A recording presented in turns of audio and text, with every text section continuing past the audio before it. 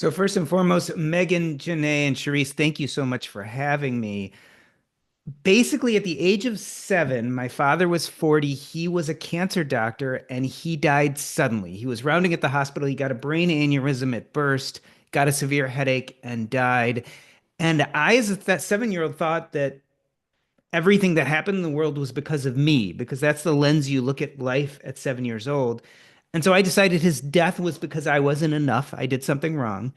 And ultimately, the answer to dealing with that was to become a doctor like him. If I could just cosmically fix this horrible mistake that happened, I could become a doctor like him. I could fix everything and it would solve all my problems. And believe it or not, that became my sense of purpose and identity. And I joyously, in a lot of ways, dove into high school, college, and medical school. And it was the only thing I ever wanted to do, of course, until I became a doctor. And I burned out really fast because I quickly learned that becoming a doctor did not cosmically fix the fact that my father died. And I had this dream that I could just fix everyone. And these were these big, audacious goals. And I realized very quickly that I couldn't. And so I started to burn out and I started to look for a way out of medicine and discovered personal finance. I had been born to a family where my parents saved and invested and owned real estate. So I was lucky enough to follow in their direction, even though I didn't understand what most of it meant. And so I discovered my way out with something called the financial independence movement. I could save enough money to be financially independent and then leave medicine. And luckily, I was not that far. And so that's what exactly I did. But when I got there, I realized that this idea of walking away from medicine, the only thing I'd ever found a sense of purpose in, my only identity, I couldn't do that. I couldn't throw out the baby with the bathwater. And so I got rid of everything I didn't like in medicine. I call it the art of subtraction, just got rid of nights, weekends on call, owning my own practice, working in a nursing home. And what I was left with was hospice medicine, taking care of the terminally ill. In the meantime, that opened up a huge amount of space in my life to do other things. And I started a personal finance blog and eventually a podcast. And on that podcast, I would have business people and entrepreneurs and financial independence experts, and they could tell me everything about how to make money and how to build wealth. But you know what they couldn't tell me? They couldn't tell me what enough looked like in their life, and they couldn't tell me why. Like now that I have all this money, why is that supposed to make me happy and what am I supposed to do with that? And strangely enough, I started getting the answers from my hospice patients because when they were on their deathbeds, they talk about regrets. They talk about all the things they never had the energy, courage, or time to do. And now that their time was running short, they wanted to talk about all these things. And so that became the nucleus of my first book, which was called Taking Stock. I realized that the dying had a lot to teach us about money and life. And I wanted to bring that to all my financial people. So I wrote this book called Taking Stock, and I went to market the book. And I'd go ahead and go to conferences and give all sorts of talks. And the main premise of that book was we should be putting our purpose first and then building a financial framework around it, not the other way around. Like most of us start with our finances and then build a sense of purpose once we feel like we're financially stable. But if you're like my dad and you die at the age of 40, you might never make it to financial stability. So we should put purpose first. But something funny happened. When I went to these conferences, I'd give this talk, and occasionally I'd have people come up to me after my talk and they'd be angry and they'd be sweating and they'd be pissed off and they'd look at me and they'd say, "Stop telling me to find my purpose. I've been searching forever. I don't know what my purpose is. I don't think there is a purpose. Will you please stop telling people to find their purpose?" And this happened over and over again, which of course made me do a deep dive into purpose because I always heard that that was the most important thing. And I found a contradiction. If you look up all the studies on a purpose in life, you will find that it's associated with health, happiness, and longevity. Tons of studies, very well proven. On the other hand, there are other studies that show up to 91% of people at some point in their life have something called purpose anxiety. This idea that purpose actually makes them feel frustrated and depressed. And so I was left with a big question. How can purpose be both the most important thing and also exceedingly frustrating? And I came to the conclusion that we get purpose wrong. We think it's one thing, but it's actually two things. And one of those is really good for us and brings the happiness, health, and longevity. And one of them brings on a lot of anxiety. And so I wrote the Purpose Code to really help people navigate what purpose could look like in their life and how to get all the good stuff out of it with none of the anxiety. I really, I really liked what you just said because of two things. It reminds me of two things. Like when we talk to people in medicine, students and people who've been through it, one of the major things that they identify as something that medical school doesn't prepare you for is finances. Like Mm. financial well-being. There's so much stress, and just financial literacy is such a hard thing. And people are making a lot of those decisions based on emotions. Also, my dad was an attorney and was not happy. I remember my whole life, and finally went back to do something else entirely. And it's interesting seeing that from a child's perspective, realizing that like they're doing something that they like, but you can tell that's not what they always wanted to do. And I think we can learn so much both from children and from people who are dying, where they don't have that same weight that we carry with us. You know, they just don't have it. And if we can tap into that, I think it's valuable. And I think what we also see in a lot of your work on things like physician suicide is part of the problem is a lot of times people don't realize that, for instance, they don't want to be a physician until they're in the midst of training and they already Right. have hundreds of thousands of dollars of debt. Yeah. And so this creates a really untenable situation where people are starting to realize that they're doing something that doesn't feel purposeful or isn't filling them up. And yet they feel totally trapped in a profession that is painful and difficult.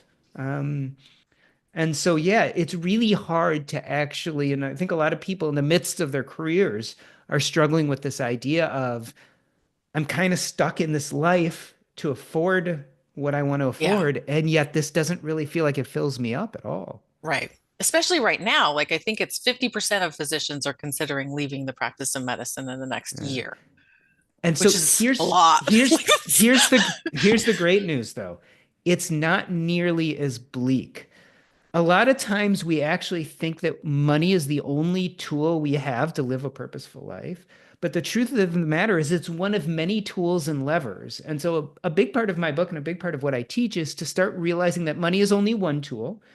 But that we have other tools and we can start building purposeful activities into our life first outside of work, and then we can start bringing them into the workplace. So, as opposed to being all or nothing, a lot of times it's a continuum. And over the years, we can create both a work life and a home life that more aligns with a sense of purpose. So, I'm a great example of that.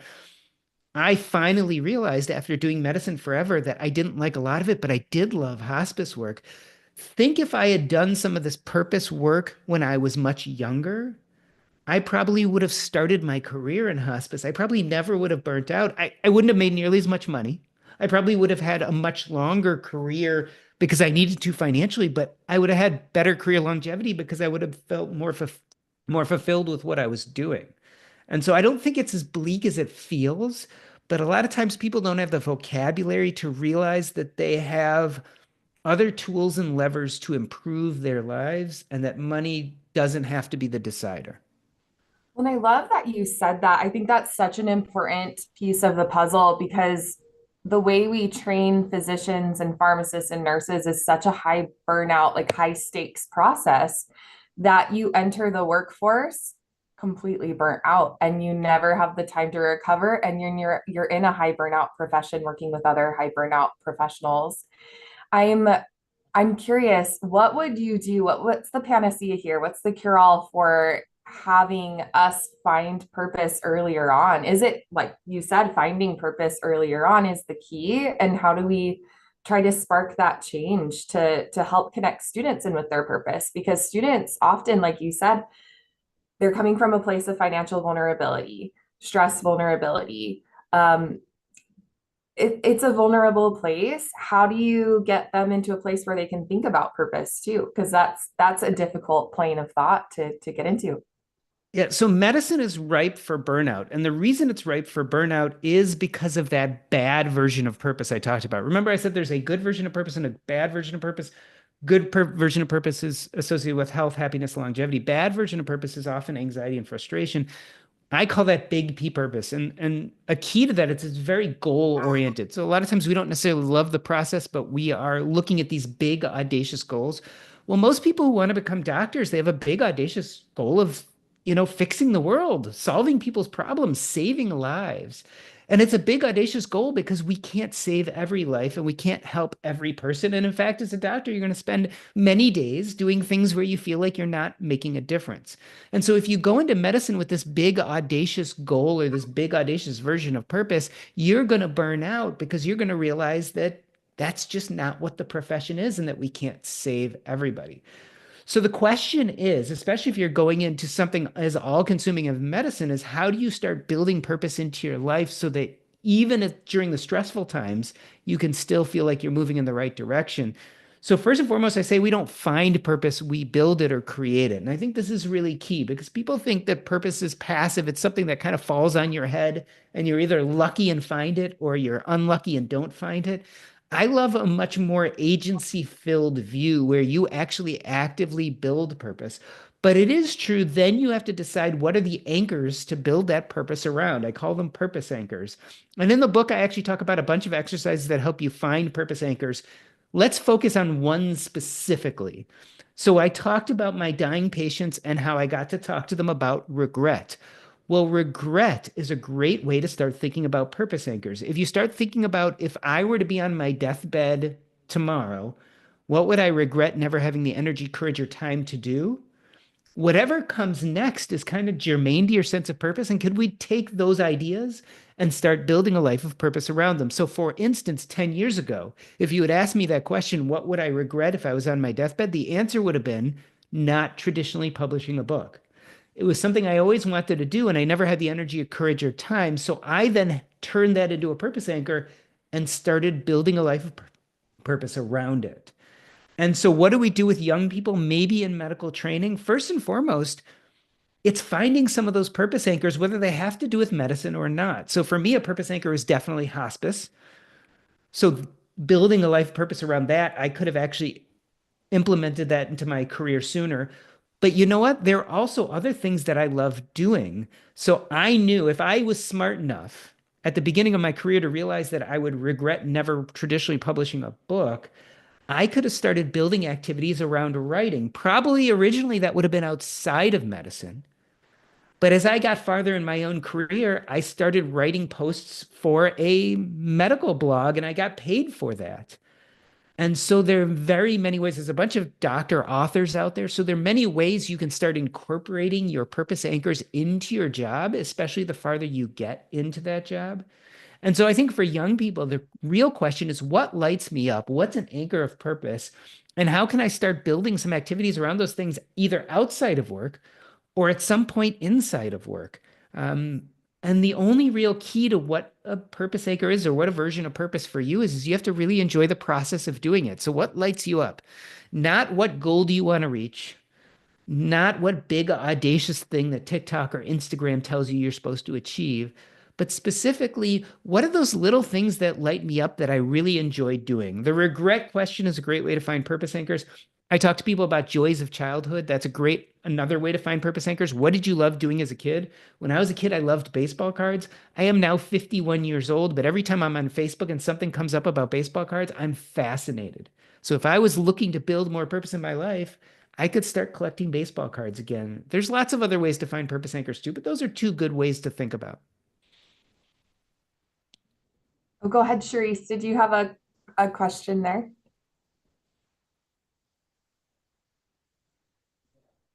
I thought I saw her going off mute, so just pop right back in when you get a second. But gosh, what an important subject. And I like that Janae wrote that in the chat of I'd love to, we would love to hear what lights everyone up. Like definitely start adding to the chat I think that Risa is joining us, right? She had a question. Do you want Risa, to ask? You can come on Hi, camera too if you want. If you want. If you I want. think because I'm on my iPhone, I'm first of all wonderful to be in community with everybody. Hi, Dr. Grumet, Jordan. How Hi, are Risa. you? How are you? Hi. Risa and I are old Yeah, friends. She's the one who yeah. So introduced us to you. So Yes. here she my is. my question is, now that you have launched the book and you've been speaking a lot about it, have you found your own unexpected small p purpose that you didn't see coming or really hadn't sort of bobbed to the surface?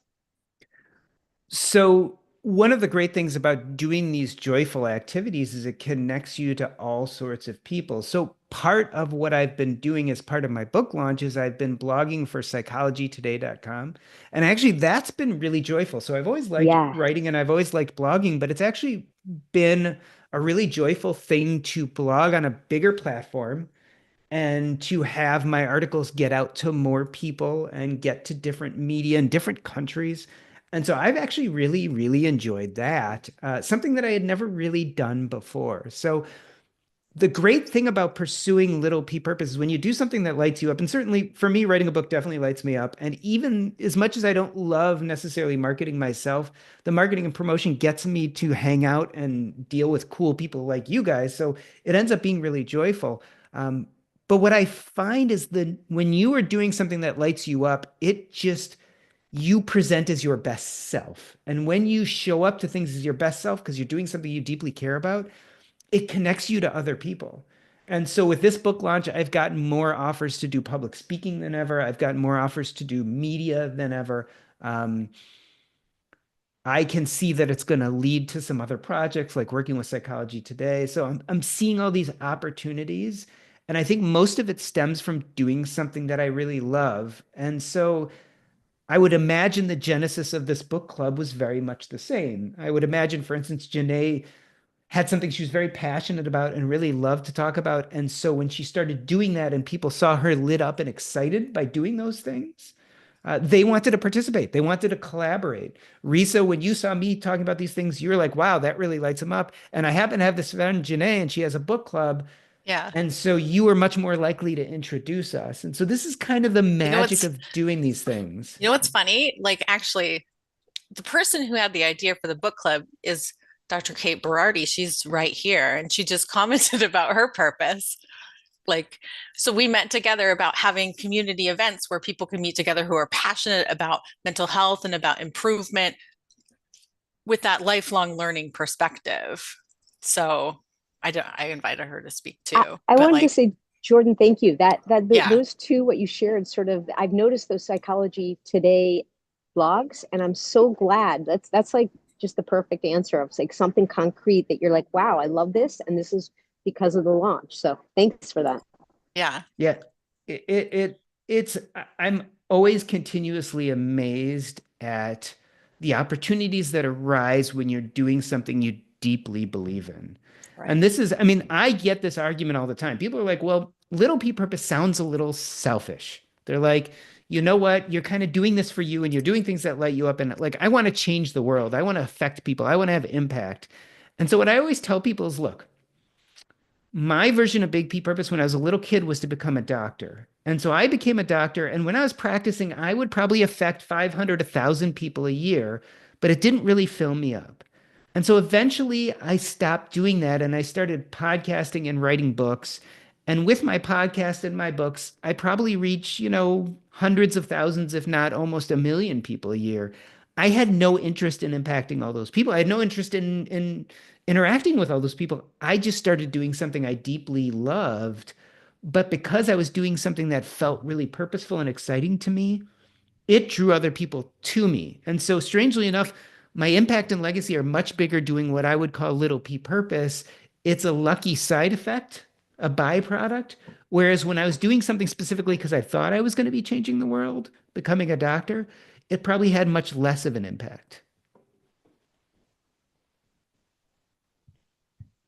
That is fascinating. I mean, gosh, that's just really sitting with me, those words. And I know throughout this conversation, you've brought it back to your experience in hospice. And I just am curious. So when the audience and all of us are exploring, how do we find similarly that, little p purpose, big P purpose, and how does that really light us up on the inside? That question you asked about what would you regret if you never got the opportunity to do just sticks out to me as we got to talk about that more. So how do you confront your mortality with that? Because that's very scary. And I think that's something that's very difficult to sit with of kind of our limited time here. What's your mindset going into that? Can you help share with us? How do we approach that? What's the framework? So interestingly enough, I think we don't confront our mortality on a regular enough basis. And so this was kind of the magic of what I learned about dealing with the dying is when people look at life through the lens of I'm going to die soon, it actually frees them up to let go of society's wants and needs, to let go of all the shoulds in their life, and they start actually talking about what's deeply important to them. And so it's a great conduit in young and healthy people, even though it makes us uncomfortable. It's a great conduit to start talking about those deeper things. Listen, I know it's not fun. When you start really talking about what's most important to you, it reminds us that life is finite. We start thinking, oh my gosh, my life could end one day and I may never do these really important things. So instead of thinking about these important things, it's much easier to put it off, right? I'll start thinking about that when I have enough money. I'll start thinking about that when I'm retired. I'll start thinking about that when the kids go to college. It's really easy to put those things off. Instead, I think we have to think more about the Buddhist concept of memento mori, this idea of carrying with us this idea that death is always with us, even while we're living. And I think that helps us look at things through a different lens. Like my father died at 40. He didn't know he was going to die. He woke up just like we all wake up every day with a plan for that day. But that day for him ended very differently.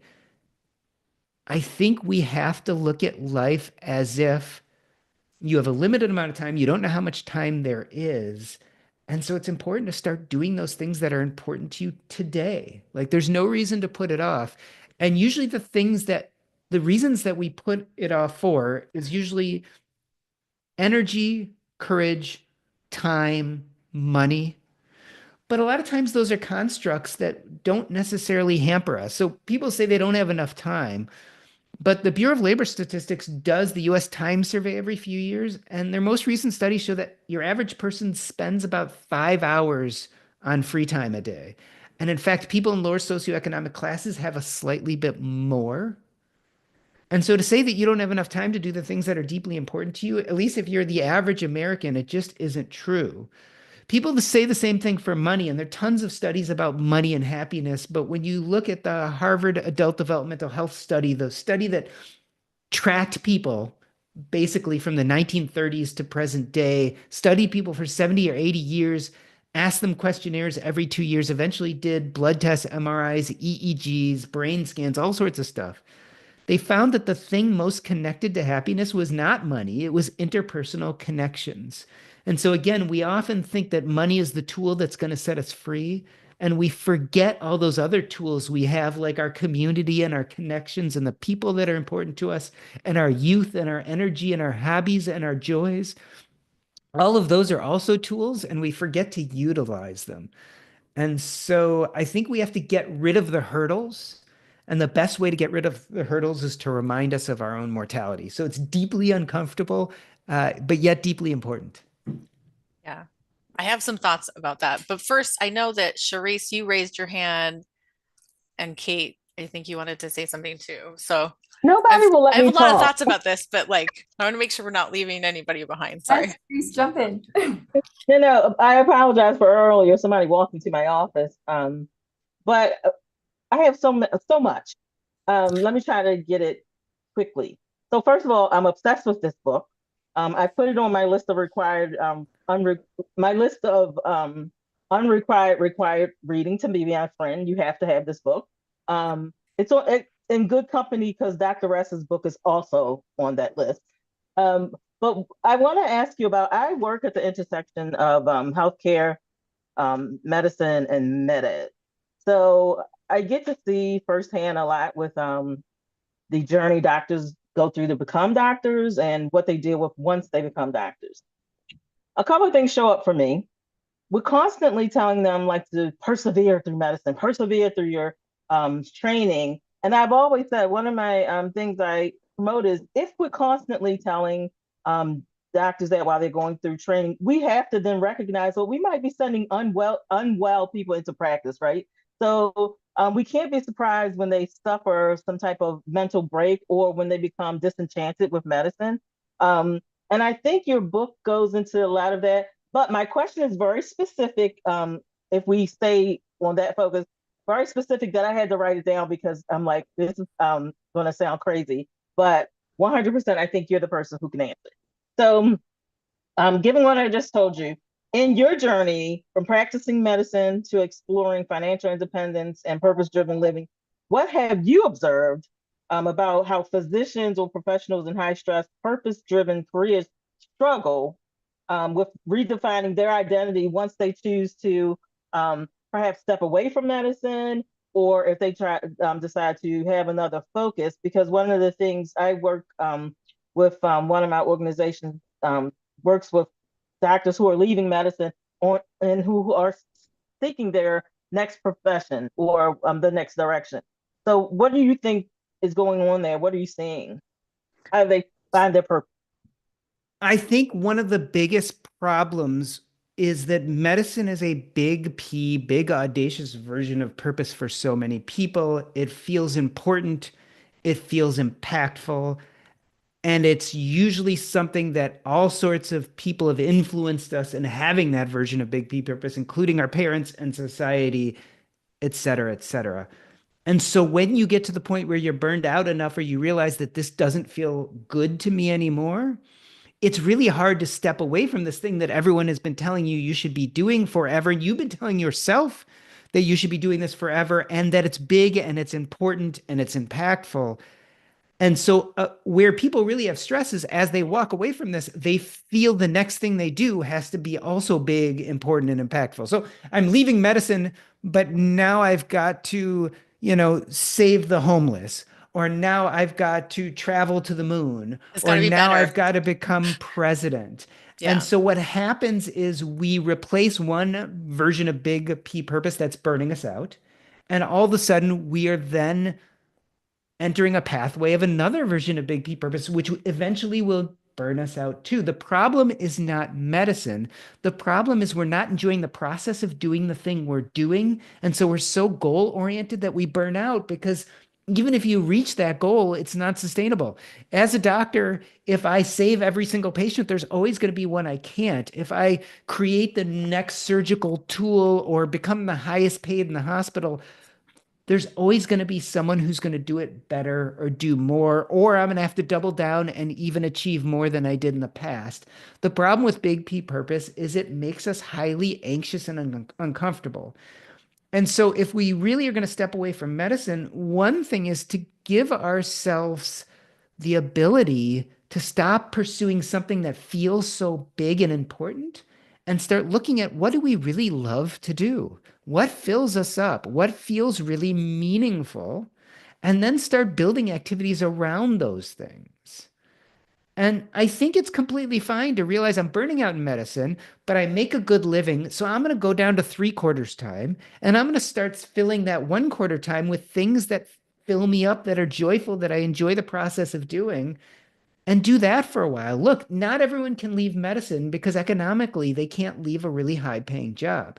But that doesn't mean that all is lost. You can start adding in little P purpose on nights and weekends. You can start going part time and developing little P purpose in the off time that you create. You can start bringing little P purpose into your job. All of these things are possible. But you've got to be really thoughtful and you've got to let go of this big, audacious goal of what you're going to achieve and start focusing on what you really like doing because we want you to have a sustainable career for the next 40 years. And if we want that, you've got to enjoy the day to day on some level. You've got to believe in it. It has to feel fulfilling. You have to feel like you're making headway because if you don't, you're just headed towards burnout over again.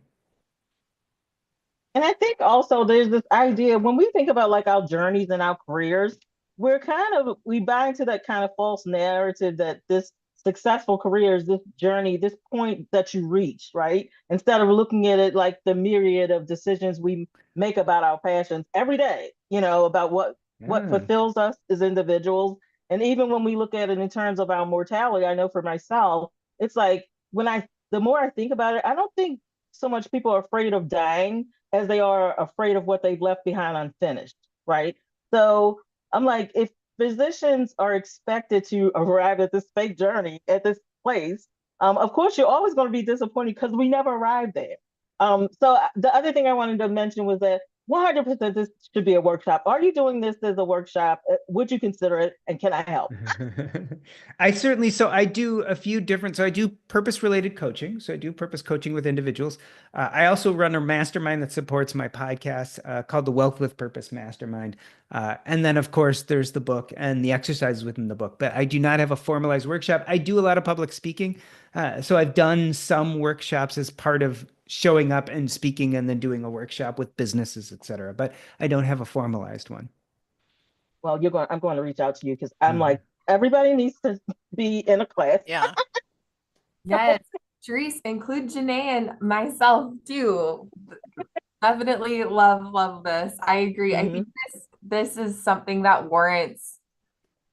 I mean, reading the book was phenomenal. There's this element though where it's like, gosh, I want to spend so much time on each and every chapter. So I love that insight of a course trying to walk you. Oh, so cool. I love that thought. Because gosh, one thing that I'm curious about is what didn't make it in the book. Because obviously authorship is such an Yeah. intense process of editing yourself, and there's so much incredible content here. I mean, tell us what didn't make it in the book, or what would be the next chapter if you had the opportunity to start to even expand upon what this beautiful work where clearly there's also more here. So this was definitely meant to be the second in a series. So the first book covered a lot more of the financial and set the stage for why purpose is important. This book, I really wanted to focus on purpose. The one thing that was left out really was the work on meaning. And so, as I talk about in the book, happiness is made up of purpose and meaning. And a lot of people think they're the same thing. And I at least define them in the purpose code as two very different things.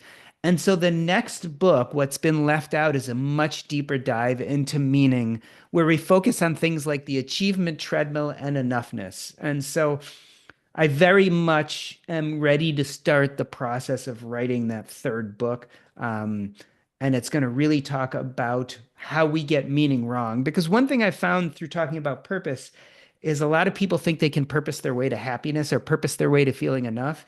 And a problem with that is they skip the meaning step and it doesn't serve them. So if you know an overachiever in your life, they're trying to purpose their way to feeling enough on the inside, and often they've actually skipped the meaning step. And so that's what I think I'd like to really write my third book about. Oh, I love that.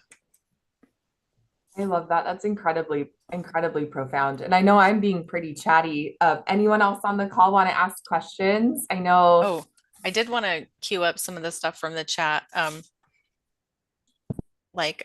Dr. Berardi came and she's someone who's actually pretty disciplined about knowing her boundaries. Like I met her at like a women's retreat for like the League of Outrageous Women.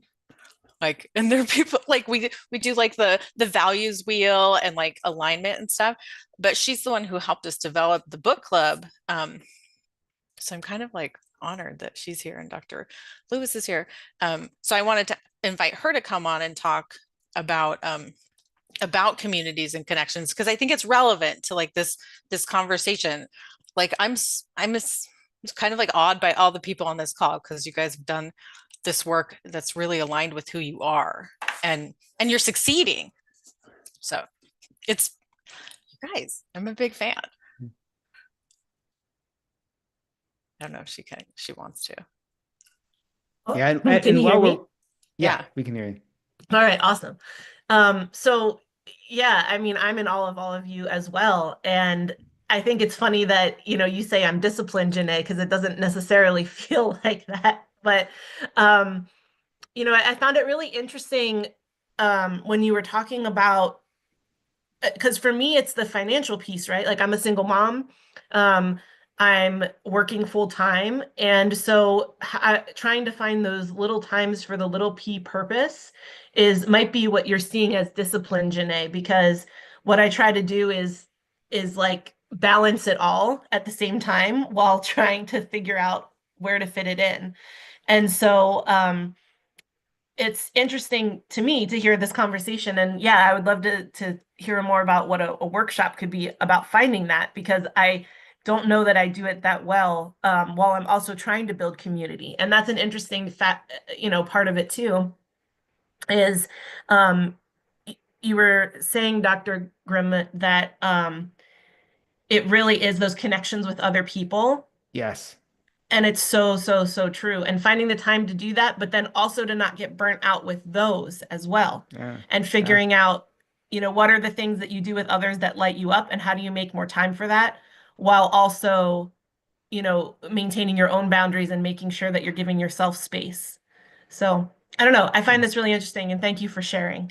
Yeah, you're welcome. And I think the community piece is interesting. And a lot of people don't realize that there are different kind of communities out there. The two big ones I often talk about are their identity communities, right? Those are communities that you're a part of because of your identity, whether that's being a parent or if you live in a certain school district or even if you were born into a certain religion.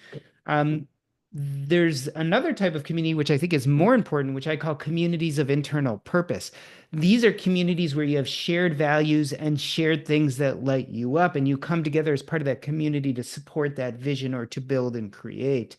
A lot of people think they can take the shortcut, which is by getting involved in communities of identity, which are wonderful, but aren't nearly as fulfilling as communities of internal purpose.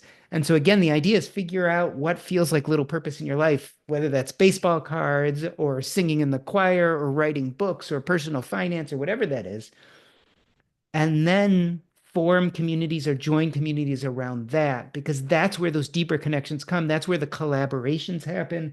That's where the teaching and the learning happens. And that's where I think happiness really lies.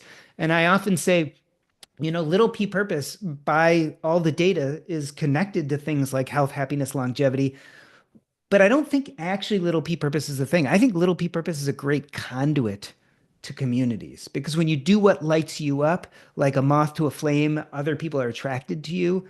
And that's where you really get the connections. And it's the connections based on the Harvard Adult Developmental Health Study that really probably brings long-term happiness. Love that. That's really cool. Thank you. You're welcome. Grace, did you want to say something too? You were raising your hand. Of course. Like I said, I am obsessed with this book. So a large part of my audience is health IT leaders, right? So we're leading teams. So my question for you is, how can leaders who they themselves are still trying to find their purpose, how can they build teams that are using, can they cultivate like purpose-driven teams? And in teams that we deal with, burnout and different challenges that we deal with can challenge individual identity, right? So, how can leaders ensure that on their teams, the individual identity is able to exist without burning them out because of they're a part of a group? Yeah, I mean, I think a lot of that also is assessing each member of the team and thinking about what little p purpose looks like in their life too. And so let's take a really basic example outside of healthcare, outside of IT. Pardon me, there's some work going on in my house. I hope you're not getting too much rumbling in the background. Let's say you work at a restaurant and you are the manager of the restaurant and you're trying to build some community and purpose within your employees. And so let's say you have one of your employees who is like the best at the front desk, right? She's great with the customers. She's the one who answers all the questions. She's good at ringing things out. She gets the math right, et cetera, et cetera. And then let's say you have another employee and she does not love being at the front desk, but you know what she's really good at? She's great at doing the stock. And you know that every few days someone has to go back and make sure you have all the ingredients and all the stock and all the ordering is done, et cetera. And that person loves doing that. And so when you're talking about building a team and bringing cohesiveness and a sense of purpose, part of that is utilizing each team member to do something that really lights them up. So if the person who likes stock, maybe you want them to do stock for the whole restaurant or do stock for multiple restaurants so they don't have to spend as much time client facing at the front desk. Where the person who loves client facing at the front desk, you really want to minimize the activities they do outside there, things that don't fill them up, and let them do the things where they really are good at. And so this is what I think you really have to do, is assessing each of your team members' needs, excitement, joy. And so I talk a lot about the art of subtraction. And what that is a process. And I tell people to do this at work a lot, is write down the 10, 15 top roles and responsibilities each of your employee has at work. And then I want you to sit with them, if you're a good manager, and ask them to be honest and say, which one of these do you love and which do you hate? Let's mark out everything you hate, everything you loathe, every time you don't want to come to work today because you don't like doing that thing. And then let's circle the things you like or really light you up. And if you do that with your whole team, you start realizing that different people like different things. And this is a good chance for you to help them feel more purposeful at work so that they don't burn out, so that they enjoy coming, so that they have a combined sense of community and connection with not only you, but let's say with your customers. I think that's the best way forward. So it's really analyzing not just their strengths and abilities, but their joys and the things they don't like doing, and then trying to build the teamwork around that. I think that's a beautiful perspective. I love that, especially there's so many leaders on the call as well of how do we empower our teams and really activate their purpose potential into reality and really, you know, bring that talent to their role in maybe a more fulfilled way. I think that there's a very opposite side though to healthcare where maybe there aren't leaders that have been on that journey yet. And so they may not be doing that with their teams. They may not know to do that with their teams. They may not be in that place of realization where they think that that's important yet. So if you have team members that maybe are in an unsupported leadership structure and maybe the value is on efficiency over quality, what would you tell that person in that environment, especially when they're struggling with these exact themes? So, what makes people happy at work? It's mostly three things. I think this comes from Daniel Pink: mastery, autonomy, and purpose. Right? Mastery, autonomy, and purpose. So, the first thing we just talked about with the art of subtraction is trying to figure out the purpose piece. The next thing we can give people is really feeling of agency. So that's mastery and autonomy. So if we're building these teams and we're finding that our people are burned out, we can focus on purpose and try to make their work more purposeful by having them do things that light them up. But we can also give them more autonomy, a feeling that they have some control over their hours, the job they do, or the way in which they do that job. And then mastery, which is giving them the support and resources to feel like they can not only be good at what they do, but they can actually have some real ownership of it and have some mastery over it. I think those are the ways you're going to make people feel most engaged in the workplace. And I think that's how you're going to fight off burnout. So whether you're an employee struggling with these things or you're a manager trying to help your employees struggle with these things, I think mastery, autonomy, and purpose, and specifically purpose, the art of subtraction, are great ways to start helping people have, because what we want really as a manager is we want career longevity. We want to get the right people in the right positions and then have them stay there for long periods of time. And I think by fighting off burnout in this way, this is how we do it. I like that. I have kind of like a rollback to an earlier topic, but also I want to tell people on the call that if you don't have this book, look, they have little prescriptions for things you can do for activities. But I wanted to go back to what you were saying about hospice and about people when they think about about life and how fleeting it is. So we talked to a lot of people who are in crisis with mental health, and I don't think it's the same. like when you're talking to people who are experiencing distress and moral distress, or even now, a lot of youth are suicidal or have considered that in the last year. How do you capture that immediacy and the importance of life and balance it with the despair that a lot of people are feeling? So this Maybe is that's a a hard weird one. question, but No. Well, so we face this. So this despair is something that we're facing in lots of different facets of American society today. Half the country is feeling the despair about what's happening politically. Another 75% is feeling the despair of what's happening economically. And then we know with the mental health crisis that a huge percentage of the population is feeling the despair mentally. I don't know how to immediately fix those things. But what I will tell you is I do believe that purpose is a bulwark, right? So we talk a lot about agency. What do you have agency to control? And unfortunately, you might not be able to control the political atmosphere you live in, right? You can vote, but with the person you vote gets elected or not, you don't have a lot of control over ultimately. You may have control somewhat of your finances, but we have economic downturns and all sorts of things. You might get fired. Sometimes you can only control so much. And believe it or not, same with your health and your mental health. Like we all have stresses, anxieties, traumas, and on top of that, we all have genetics. And sometimes you don't have control over those things. So you can spend a lot of time worrying about what you don't have agency over, but if you do that, it's very, very frustrating. So this is why I often come back to this idea of little p purpose. I know it sounds repetitive, but purpose we have a little bit of agency over. We can look at what in the world we love, what lights us up, and try to build that into our life a little bit more. And in a sense, then purpose does become that bulwark against all that we can't control.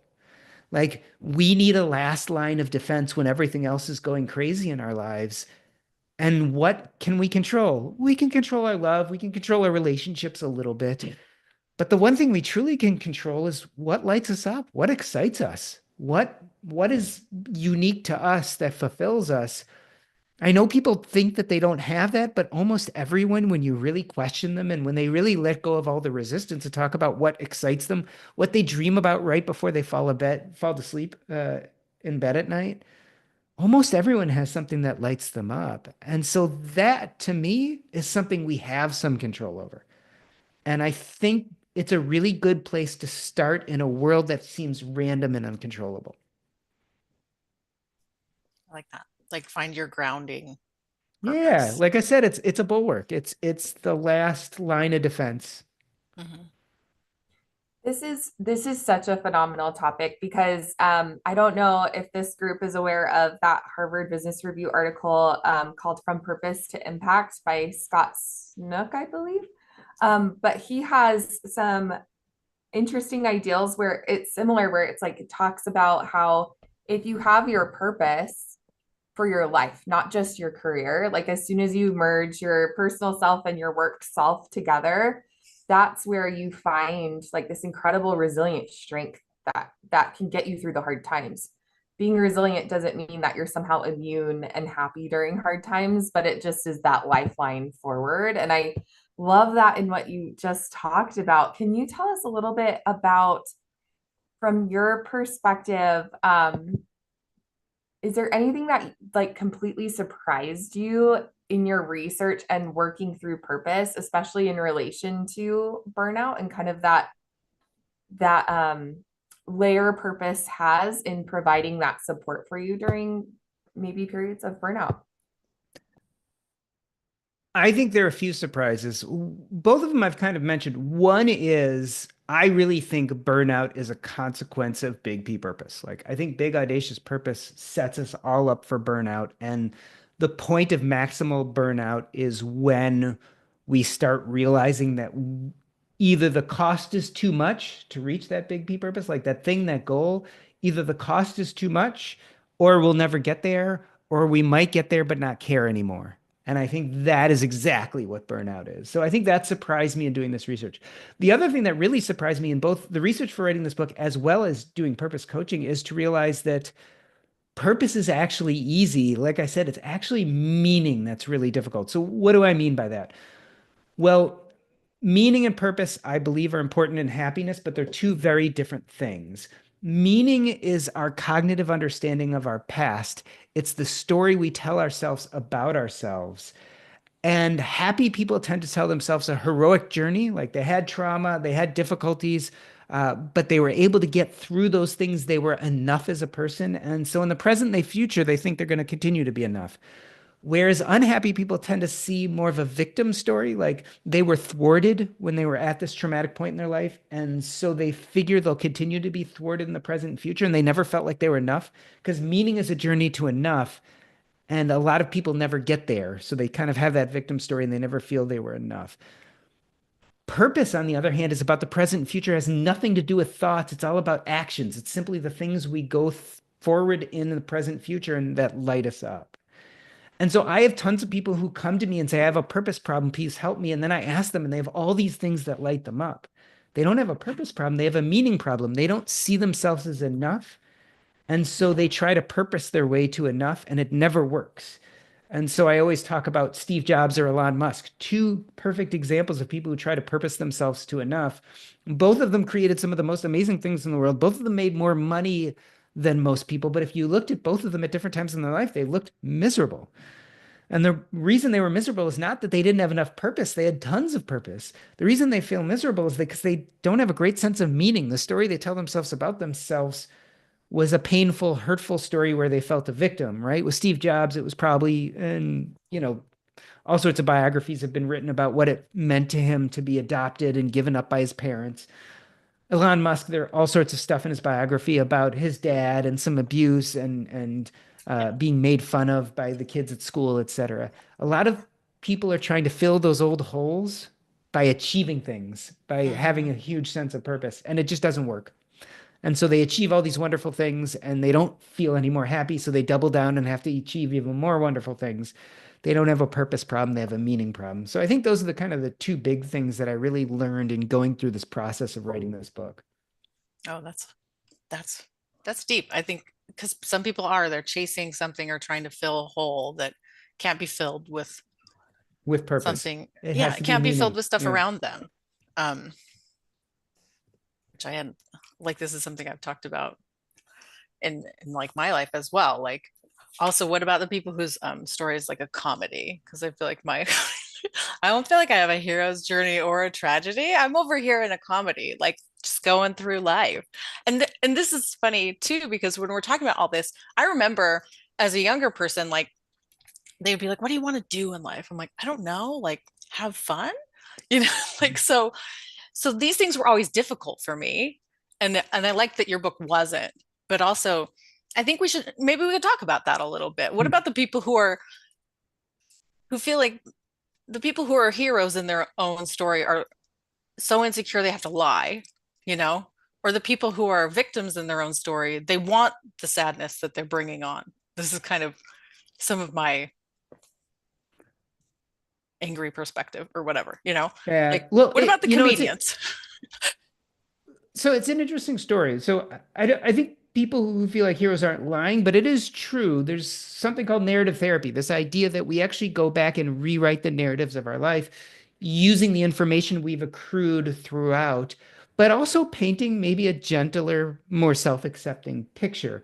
Um, and I think that's actually natural, and I don't think it's dishonest. I think it's are cognitively dealing with our past and trying to come to terms with it so that we can be more present in the present and future.